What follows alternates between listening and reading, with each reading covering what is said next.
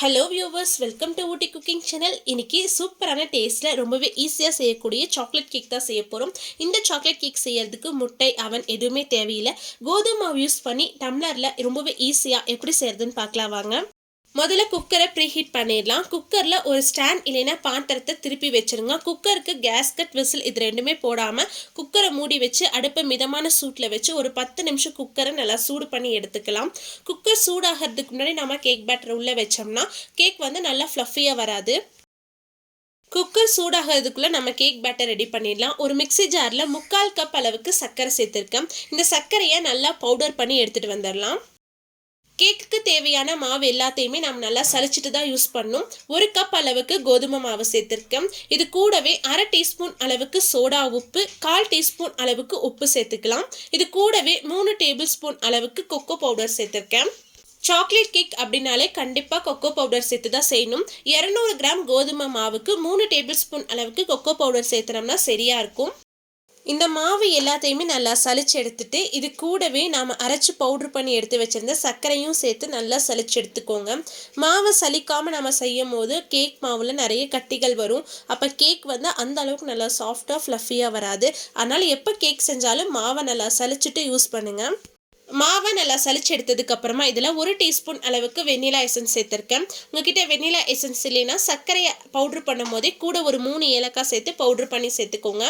இது கூடவே 1/4 கப் அளவுக்கு ரிஃபைண்ட் ஆயில் சேர்த்துருக்கேன். ஆயிலுக்கு பதிலாக வெண்ணெய் வேணாலும் உருக்கி சேர்க்கலாம், அதுவும் ரொம்ப நல்லா டேஸ்ட்டாக இருக்கும். இது எல்லாத்தையுமே முதல்ல நல்லா கலந்து விட்டுருங்க.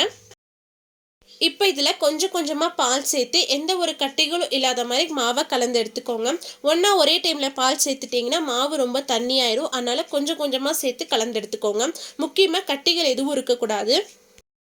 எந்த ஒரு கட்டிகளும் இல்லாத மாதிரி மாவை இந்த அளவுக்கு நல்லா கலந்து எடுத்ததுக்கு அப்புறமா இதில் ஒரு சின்ன பீஸ் டைரி மில்கை சின்ன சின்ன பீஸாக கட் பண்ணி இதில் சேர்த்துட்டு நல்லா கலந்து விட்டுருங்க. நீங்கள் டைரி மில்க்கு பதிலாக சாக்கோ சிப்ஸ் வேணாலும் சேர்த்து செய்யலாம். அப்போ கேக் இன்னும் நல்ல டேஸ்ட்டாக இருக்கும்.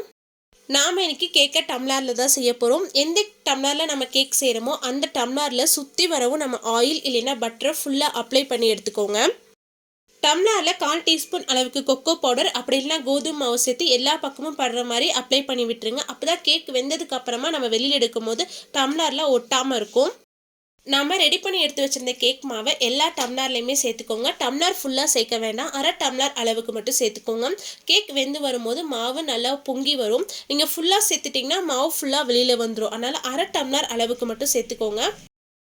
மாவு சேர்த்ததுக்கு அப்புறமா டம்ளரை லைட்டாக தட்டி விடுங்க. அப்போ தான் ஏதாச்சும் ஏர் பபிள்ஸ் ஃபார்ம் ஆயிருந்தாலும் அது வெளியில் கேக் நல்லா ஈவனாக வெந்து வரும். குக்கர் நல்லா சூடானதுக்கு அப்புறமா ஸ்டாண்டுக்கு மேலே ஒரு பிளேட் வச்சுட்டு டம்ளரை வச்சிடலாம். ஒரு டம்ளரோட ஒரு டம்ளர் ஒட்டி இருக்கக்கூடாது. ஒவ்வொரு டம்ளருக்கும் நடுவாலையுமே கேப் இருக்கணும். இப்போ குக்கரை மூடி வச்சிருங்க. அடுப்பை மிதமான சூட்டில் வச்சு 15லேருந்து 20 நிமிஷம் கேக் நல்லா வெந்து வர வரைக்கும் நல்லா குக் பண்ணி எடுத்துக்கலாம். குக்கரை கிளாஸ் லிட் வச்சு மூடி வச்சோம்னா நம்ம அப்பப்போ ஓப்பன் பண்ணி பார்க்க வேண்டியதில்லை கேக் வெந்துருச்சான்னு நம்மளுக்கு பார்த்தாலே தெரிஞ்சுக்கும். அதனால் நான் கிளாஸ் லிட் வச்சு மூடியிருக்கேன். கேக்கெல்லாம் ரொம்பவே சூப்பராக வெந்து வந்துருச்சு. எனக்கு சரியாக 25 நிமிஷம் ஆயிருக்கு கேக் வெந்து வரதுக்கு.